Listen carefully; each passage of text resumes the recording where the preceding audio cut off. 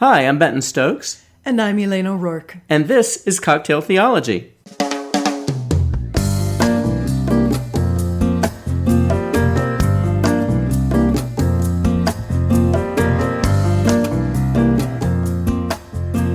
Hi there, how are you? I'm well. Yeah? I'm well. Although I'm sitting here thinking that you may be among the bravest people in the world. How is that? I just saw you drink from a cocktail glass with a really unguarded skewer in it. I did. That I had placed in it, and I know how dangerous it is when I do things like that. So the fact that you drank from the glass without removing the skewer qualifies you among the bold and the brave. Well, okay. I pay homage to your courage. Well, thank you. Well, we should tell our friends what we're drinking. This is a cucumber julep. It is in our Cocktail Theology cocktail book.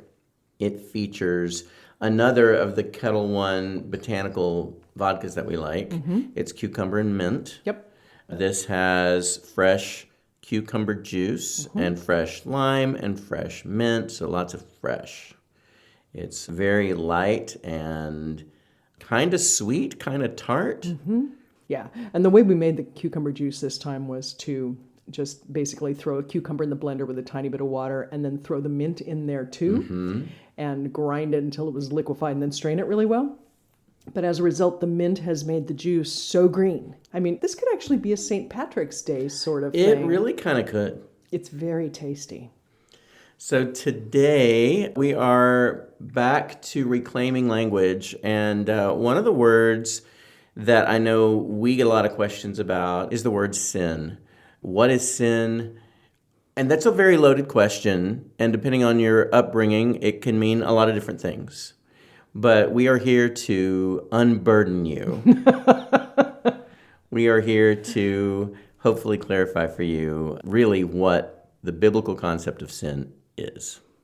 And so when you hear the word sin, for me, this is always a good place to start because often our listeners are familiar with the way that you grew up thinking about things.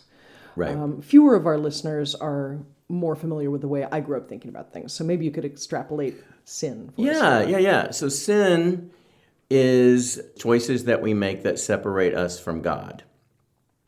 I'm going to go way back to my upbringing here. Sin is something we're born with. And because of what happened in the Garden of Eden, we have inherited a sinful nature, which is also interchangeable with words like flesh or terms like human nature, which point to an inherent badness about us. This is not a view that I any longer ascribe to, and it's certainly not a part of our theology. But that's what I grew up with. So sin was very dark and a very ever-present kind of looming presence in everybody's life, in my life. And it was something that I was constantly trying to overcome, understanding that without God's grace and Jesus' help, I wasn't ever going to. So it's really hard to separate out the concept of sin from that original ugly that comes with that theology, because it's such a pervasive thing in that school of thought that you are constantly trying with all your might to not fall into sin, like sin is a thing you fall into or sin is a state that you're in, rather than something that you do or even, I mean, it's just more than just that separation. Right. It's like a willful disobedience that is inherent in our bones. Yes. And that is a very fatalist way to approach life, faith, God, yourself, everything. But that's what I grew up with. And what's unfortunate about all of that is most of that is biblically true, but without the overtones. It's a little bit like saying, you are made of cells, but if cells are inherently bad, and if you were good, you would no longer be made of cells. That's the problem. Does that make sense? So the problem in that way of thinking about it is not so much that sin is part of who we are. The problem is that way of thinking about sin makes it a shameful thing that destroys us and cannot help but destroy us. And if we do anything wrong, and what I mean by that is a particular kind of moral wrong that is specifically decided by pastors and pundits rather than by God. If we do anything wrong, we've hurt God. We have separated ourselves from God in a way that is almost a violent separation, right? Yeah. It's a deliberate pushing away of God. Right. I think there's something in the way you were brought up thinking about this that is so deeply shameful and so deeply at the core of who we are. It's inescapable, just like being human is inescapable. Right. The challenge of it is not so much the description you just gave as the weight it carries. The weight that it carries. In the culture that you came from. Yes, because it is sort of inseparable from shame. Yes. Sin and shame are very much the same from that point of view. Yes. That's part of why it's so hard for people in that world to ever feel like they're good enough, right? That God loves them, right? And you can tell them all day long that it's not about what you do, it's about God's, grace or however you want to put that, but they're not going to hear that. They can't. They can't hear it. No. Right. No. So going back to the Bible for a minute, there are, I think, 6 words or so that are generally translated as sin. Okay? They fall into a couple of categories. Whether it's Hebrew or Greek, it doesn't matter. They fall into the categories of an offense, meaning, in this case, having broken one of God's Hebrew scripture rules. So you've offended God by breaking one of God's rules. Okay. Now, God's not clutching his pearls, but you have committed an offense, like jaywalking is an offense against the law. Okay, so that's one of those ideas that's there. Okay. The second idea that's there, that's generally translated as sin, in both Hebrew and Greek, is the sense that you are aiming for something and you miss. And in the Greek, it has this overtone and is sometimes used this way of an archer who aims for the target and just misses. Missing the mark, okay? Now, on the liberal end of Christianity, that's the one everybody likes to cling to, right? Is sin is just missing the mark. Well, that's not exactly true, right? But that's one of the ideas of it. The third one is also kind of about missing the mark, but it's more about leaving a path, going into a wrong path. Okay, sure. Okay? And wrong here means incorrect, not you should be beaten for it. Okay, so Little Red Riding Hood did that kind of sin, right? She wasn't supposed to go through the woods or, whatever it was she did. So, she went off the path and got into trouble. Right. Okay. So those are kinds of the basic concepts. Then we also have some other words that don't actually translate well into sin, but we hear them as sinful. For example, the word abomination, which we've talked about before, has nothing to do with sin. Right. It means not natural. And in that case, a unicorn is an abomination. Right. No, I mean, right. Seriously, Yeah. a yeti is an abomination. Yeah. Right? So it just means a thing that we don't consider part of the normal order of nature. Again, there's no necessary ethical overtone to that. It's just one of those things, right? Okay. Sometimes that's described as sin or sinful. That's not there. That's a secondary way of looking at it. Right, so it's assuming that what is quote unquote natural is also good. Exactly. And that which is not natural is not good. That's right. And that's Aristotle, and less even Aristotle than Aquinas. So really, we don't get this until the Middle Ages. Okay? So that's the biblical context for what we now translate as sin. So in our work, the way we tend to talk about it for people is life-giving and life-destroying. Okay? These are not necessarily moral constructs. They're simply, there are activities, ways of thinking, ways of behaving that bring life to yourself, to others, to the world. There are activities, ways of thinking, ways of being that bring death or bring destruction or hurt others. That's the distinction we tend to make. Right. Because it gets more at the inherent feeling of the difference between sin and non-sin is. Yes.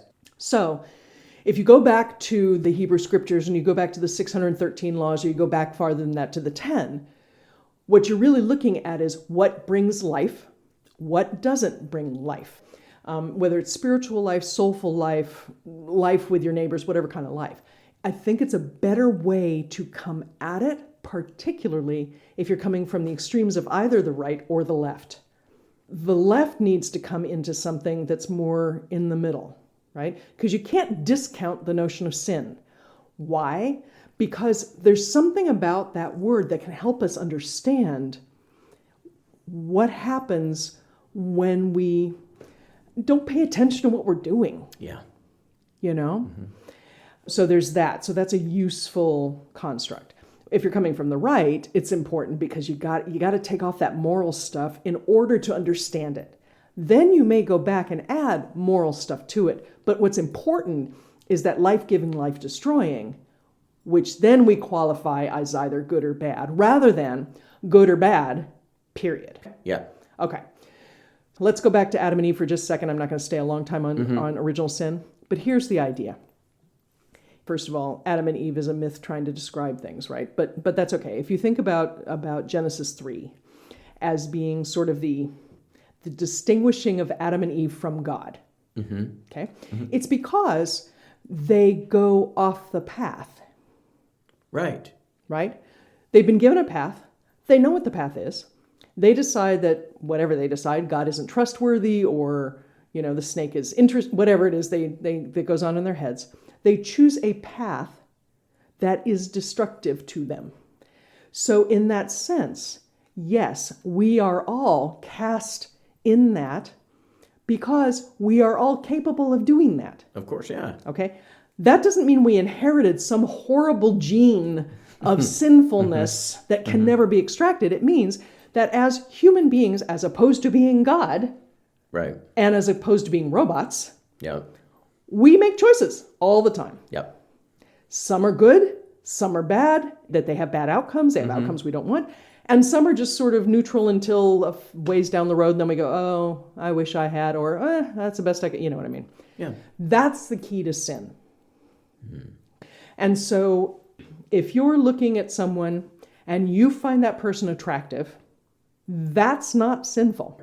Continuing to dwell on that person can be sinful for a couple of reasons. One is the person can become an object in your mind instead of a subject. Yes. And that is a life-destroying activity. Right. Yeah. Or you can be paying attention to that person in a way that draws your attention away from another committed relationship, for example, or something like that. So it is the continuing to choose a path that becomes the problem. Right. So if we think about something that is considered inherently sinful, let's say dancing for the moment, because I find that ridiculous and I think you do too. Yeah. Okay. So let's say for the moment that we think that to dance is sinful. If you hear music and you start tapping your foot and you catch it, you're good to go. You don't then have to do penance or feel bad because you started tapping your foot, right? Yeah. The key is, are you paying enough attention to go, oh, right? Yeah. It's a little bit like if you're a diabetic and you shouldn't eat sugar.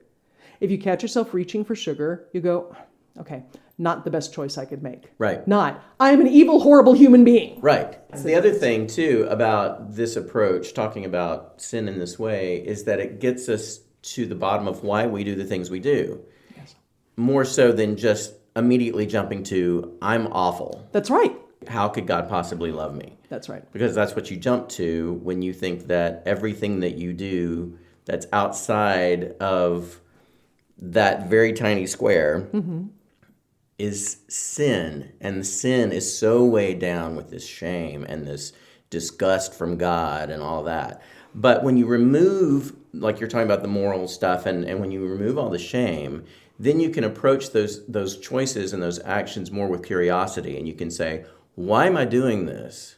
What is driving me to obsess about this or this person or this activity? Why am I finding myself compelled to go down this path when I know that it's going to lead me someplace that isn't healthy for me? Or for the other person. Or for the other person. And then at that point, you can start to really figure out why you're doing it, get to the root of why you're doing it, and address that. Yes, absolutely. Instead of just thinking that you're bad, bad, bad. And I know that when I was a kid, it was like the more I obsessed about how bad something that I wanted to do was, the more I wanted to do it. Shadow side, Yes. right? It's your shadow side. Right. Absolutely. Yeah, when we are divided within ourselves and think that there is something about us that's shameful and there's stuff we want to do that simply cannot be spoken about, we really truly divide ourselves into two separate people. And one of them is leading one life and one of them is leading another. And those two cannot come together because we have to face it and reconcile it. Yes.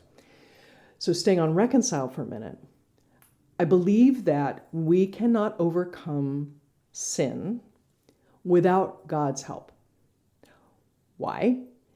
Because we are made of material stuff, and material stuff makes choices that aren't always good for us. If a bird jumps out of the nest before it knows how to fly and falls to the ground, that was a poor choice on the bird's part, right? And there's nothing immoral about that. That's just a fact, right? So when we talk about, and whether you buy this theology or not, doesn't matter. When we talk about Jesus having broken the bonds of sin, what it really means is that we're not stuck inevitably and inextricably to these bad behaviors, to these life-destroying things. God, in fact, is perfectly willing to help us get through it. That's right. Now, does that mean we're never going to screw it up once we decide that we're going to be following Jesus? Absolutely not. Right. We will screw it up. But if we continue to pay attention, to monitor, to look at the depths, to pray and say, I need your help on this, to look at Jesus and say, okay, what did he do instead? You know, how did he train himself? I mean, I'm sure there are others you could look at, but Jesus is probably the best, right?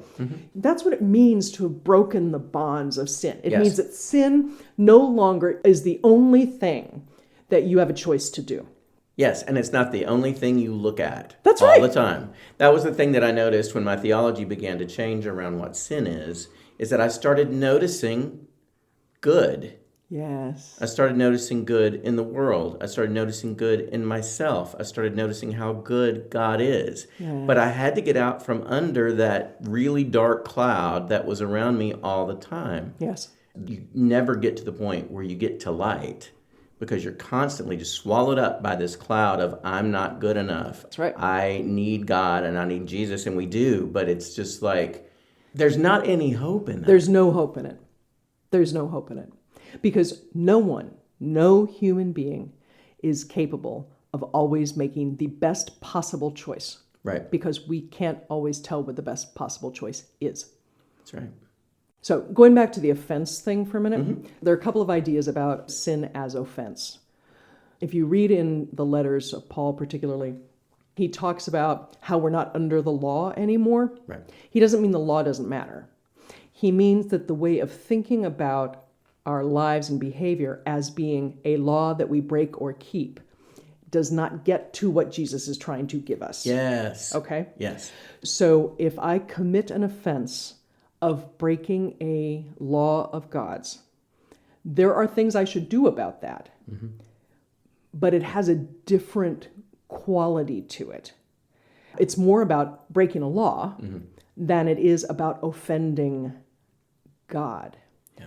The challenge we all have is that whatever relationship we had with our fathers, and it pretty much is our fathers, whether they were present or not, and that is a relationship, we have those feelings about God.